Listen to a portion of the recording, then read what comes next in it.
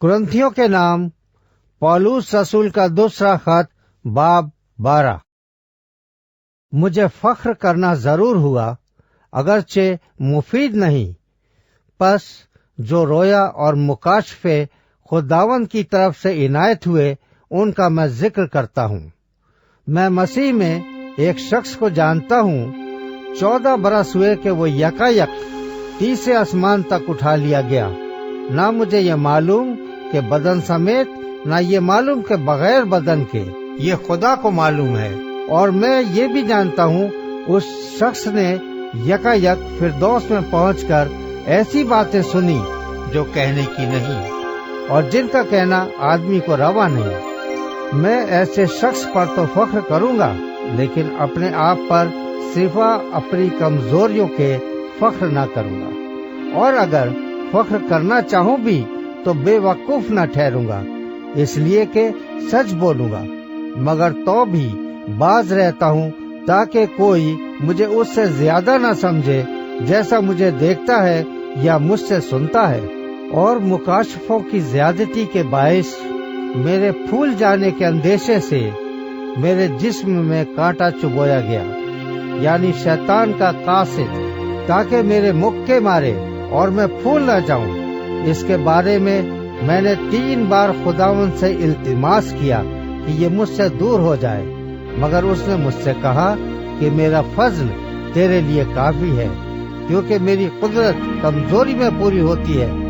बस मैं बड़ी खुशी से अपनी कमजोरी पर फख्र करूंगा, ताकि मसीह की कुदरत मुझ पर छाई रहे। इसलिए मैं मसीह की खातिर कमजोरी में, बेइज्जती में, एहतियाज में, सताए जाने में, तंगी में खुश हूँ, क्योंकि जब मैं कमजोर होता हूँ उसी वक्त जोर आवर होता हूँ।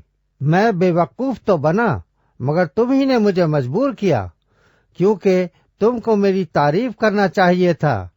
इसलिए कि मैं उन अफजल रसूलों से किसी बात में कम नहीं, अगरचे कुछ नहीं हूँ। रसूल होने की अलामतें कमाल सब्र के साथ निशानों और अजीब कामों और मौजज़ों के वसीले से तुम्हारे दरमियान जाहिर हुई।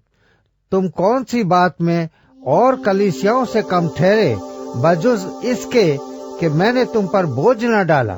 मेरी ये बेइंसाफी माफ करो। देखो, ये 3री बार मैं तुम्हारे पास आने के लिए तैयार हूँ और तुम पर बोझ न डालूंगा, इसलिए कि मैं तुम्हारे माल का नहीं बल्कि तुम्हारा ही ख्वाहा हूँ। क्योंकि लड़कों को माँ बाप के लिए जमा करना नहीं चाहिए, बल्कि माँ बाप को लड़कों के लिए। और मैं तुम्हारी रूहों के वास्ते बहुत खुशी से खर्च करूंगा, बल्कि खुद भी खर्च हो जाऊंगा। अगर मैं तुमसे ज्यादा मोहब्बत रखूं तो क्या तुम मुझसे कम मोहब्बत रखोगे? लेकिन मुमकिन है कि मैंने खुद तुम पर बोझ न डाला हो, मगर मक्कार जो हुआ इसलिए तुमको फरेब देकर फंसा लिया हो।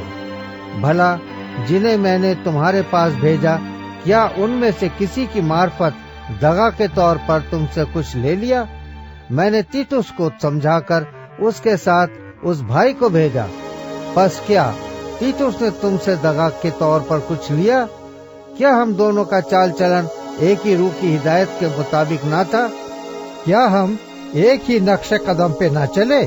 तुम अभी तक यही समझते होगे कि हम तुम्हारे सामने उज़ुर कर रहे हैं। हम तो खुदा को हाजिर जानकर मसीह में बोलते हैं। और आए प्यारो, ये सब कुछ तुम्हारी तरक्की के लिए है, क्योंकि मैं डरता हूँ कहीं ऐसा न हो कि मैं आकर जैसा तुम्हें चाहता हूँ वैसा ना पाऊँ, और मुझे भी जैसा तुम नहीं चाहते वैसा ही पाओ कि तुम में झगड़ा, हसद, गुस्सा, तफरके, बदगोइयाँ, गैबतें, शेखी और फसाद हों।